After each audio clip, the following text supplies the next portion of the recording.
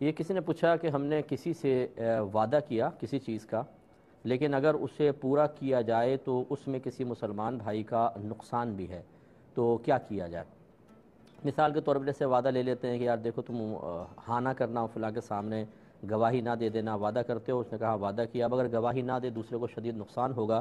تو کیا حکم شرع ہوگا؟ دیکھیں، اس قسم کا وعدہ جو کسی گناہ پر مشتمل ہو یا کسی مسلمان بھائی کو براہ راست نقصان پہنچ رہا ہو، آپ کو پتہ ہے کہ نقصان پہنچے گا کنفرم ہے، تو اس طرح کا وعدہ کرنا ہی گناہ ہوتا ہے،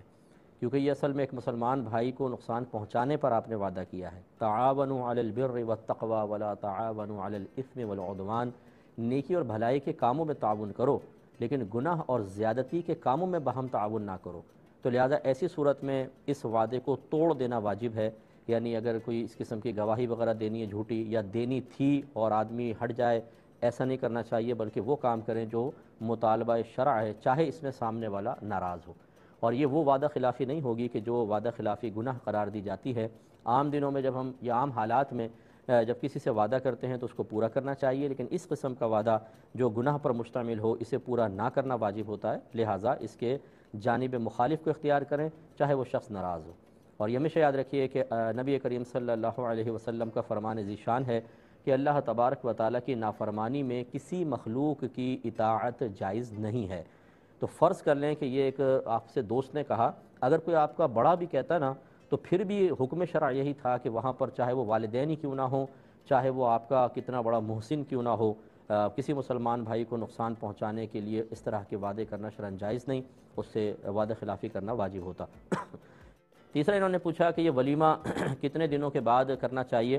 دیکھیں، سنت تو یہی ہے کہ شب زفاف کے اگلے دن جو کھانا کھلایا جاتا ہے اسے کہتے ہیں ولیمہ۔ اور شب زفاف آپ سمجھ رہے ہیں کہ فرسٹ نائٹ جو ہے اس میں باقاعدہ جسمانی تعلق قائم ہو، پھر اس کے بعد جو کھانا کھلایا جاتا ہے ولیمہ، یہ ہے سنت۔ لیکن اگر کوئی دوسرے دن نہیں کھلا سکا تو تیسرے چوتھے دن بھی کرے گا تو ولیمے کی سنت ادا ہوگی، لیکن صحیح جو نبی کریم صلی اللہ علیہ وسلم سے منقول طریقہ ہے وہ یہی ہے کہ اگلے دن جو کھانا کھلایا جاتا ہے اس کو ولیمہ کہتے ہیں۔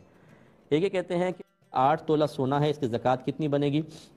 دیکھیں، آپ اس سونے کو اور تلوا لیں احتیاطاً، اور اگر یہ صرف آپ کو کنفرم پتہ ہے تو ٹھیک ہے، پھر آپ اس کی قیمت معلوم کر لیں کسی سنار سے کہ اگر میں اس کو بیچتی ہوں، سیل کرتی ہوں تو کتنے میں بکے گا، وہ جو قیمت آپ کو بتائے بس اس کا آپ 2.5% نکال دیجیے گا، وہ زکوٰۃ ہوگی۔ اور یہ ضرور دیکھ لیں کہ آپ کے پاس اگر اور بھی کیش وغیرہ ہو، کوئی پرائز بانڈ پڑے ہوں یا شیئرز وغیرہ آپ نے لیے تھے یا کوئی سامان تجارت تھا، یعنی ایسا مال جس کو بیچنے کی نیت سے آپ نے خریدا ہے، اسے بھی سونے کی قیمت پہلے معلوم کر کے اس میں ان کی قیمت کو بھی ایڈ کریں۔ اس کے علاوہ اگر آپ نے کسی کو قرضہ دیا ہوا ہے تو اس قرضے کو بھی ایڈ کر لیں۔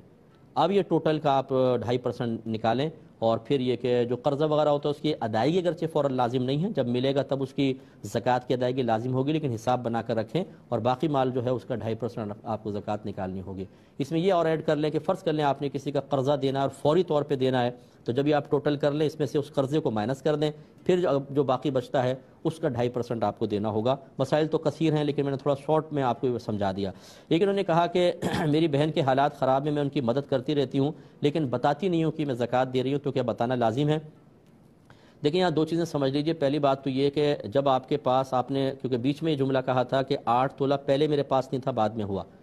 اگر آپ کے پاس 7.5 تولہ سونا ہو گیا تھا، اس کے بعد آپ نے چاہے سال پورا نہیں ہوا لیکن اپنی بہن کو زکوٰۃ کی نیت سے کچھ دیا تو وہ زکوٰۃ میں ہی شمار ہوگا، اور اس میں کوئی بتانا لازم نہیں ہوتا کہ یہ میں مال زکوٰۃ دے رہی ہوں، آپ تحفہ، عیدی، گفٹ کہہ کر دے سکتی ہیں۔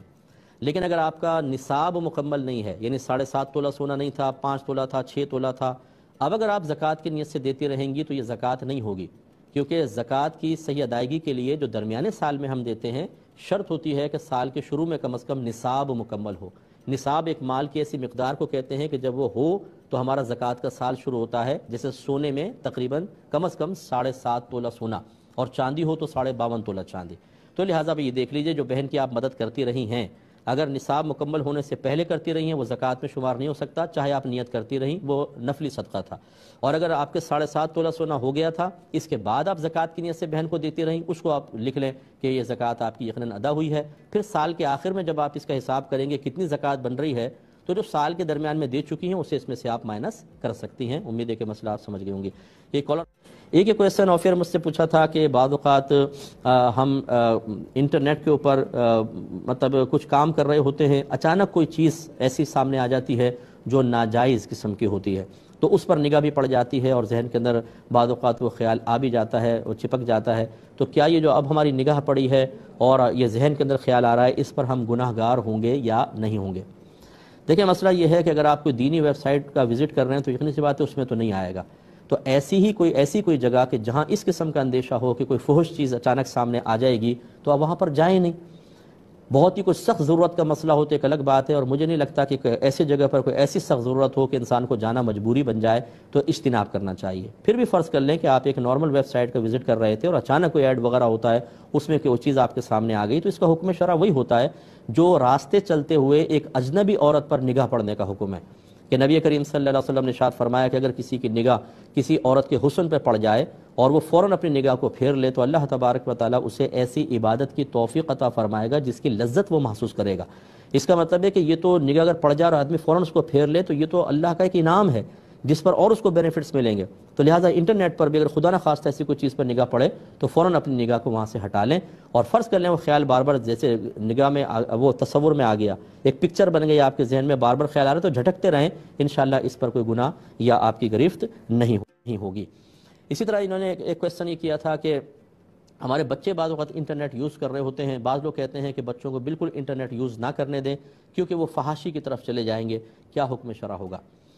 دیکھیں ہمارا تو مشورہ یہ ہوگا بہرحال, اور میرا ذہن یہ ہے اور اجازت شرع بھی اس کے ساتھ ہے کہ بچوں کو تھوڑی بہت چیزیں استعمال کرنے دینی چاہیے. جدید ٹیکنالوجی سے بچے آگاہ ہوں, یہ بیسٹ ہے, اس سے ان کے اندر اعتماد پیدا ہوتا ہے. آج کل بچے سکولز جاتے ہیں, کالج جاتے ہیں, یونیورسٹی جاتے ہیں, دوسرے بچے اس جدید ٹیکنالوجی کے بارے میں گفتگو کر رہے ہوں, اس کو یوز کرنے کے بارے میں, اس میں موجود چیزوں کے بارے میں, اور آپ کا بچہ بالکل ان کو یوز نہیں کرتا, تو لازم اس کو احساس کمتری ہوگا. اور یہ بھی ہو سکتا ہے کہ دوسرے اس کا مذاق اڑائے کہ بھئی کون سی دنیا میں رہتے ہو. لیکن یہ ضرور ہے کہ ان کو استعمال کے ساتھ ساتھ ان پر گہری نگاہ بھی رکھی جائے کہ کیا استعمال کر رہے ہیں, اس کی لیمیٹیشنز قائم کریں. اس لیے میں ماں باپ سے یہ گزارش کرتا ہوں کہ آپ خود بھی جدید ٹیکنالوجی کے تھوڑا قریب آئیں. بہت سی بہنیں ایسی ہیں کہتے ہیں ہمیں تو نہ میل کرنی آتی ہے, نہ انٹرنیٹ یوز کرنا آتا ہے, نہ کھولنا آتا ہے. نہیں آتا تو تھوڑا بہت تو سیکھ لیجیے آپ, تاکہ آپ یہ تو چیک کر سکیں بچے کہاں جا رہے ہیں, کیا دیکھ رہے ہیں, کیا نہیں کر رہے. اگر آپ کو بالکل بھی نہیں آتا ہوگا تو کیسے آپ چیک کریں گے, پھر تو خرابی پیدا ہوگی. تو خلاصہ کلام یہ ہے کہ بچوں کو جدید ٹیکنالوجی کے استعمال سے روکنا یہ مناسب نہیں ہے, لیکن روکنے کے اصول ضوابط قائم کرنا اور گہری نگاہ رکھنا یہ یقیناً ماں باپ کی ذمہ داری ہے. تو اسی طریقے سے جیسے دوستی ہوتی ہے کہ دوستی بھی ہم منع تو نہیں کر سکتے بچوں کو کس سے دوستی کر رہے ہیں, لیکن کس سے کر رہے ہیں, یعنی دوستی کرنے سے منع نہیں کر سکتے, لیکن کس سے کر رہے ہیں اس پہ تو ہم منع کر سکتے ہیں, اس کے اوپر توجہ رکھنی چاہیے. اب چونکہ ہمارے پروگرام کا وقت تقریباً ختم ہو چکا ہے, میں آپ سے اجازت طلب کروں گا. جو نیوزی لینڈ میں ہمارے مسلمان بھائی بہن شہید ہوئے ان کے لیے ضرور دعا کیجیے گا. خصوصاً سید اریب جو ہیں وہ میرے کسی جہت سے ایک رشتہ دار بھی لگتے ہیں, اس بچے کے لیے بھی دعا کریں. ویسے تو یہ شہداء ہیں, انشاءاللہ ان کے خون کا پہلا قطرہ زمین پہ گرتے ہی ان کی بخشش و مغفرت ہو چکی ہے, لیکن بہرحال ہمیں بھی کوشش کرنی چاہیے ان کے لیے دعا کریں. اللہ تعالیٰ ان سب کی بخشش و مغفرت فرمائے. وآخر دعوانا ان الحمدللہ رب العالمین.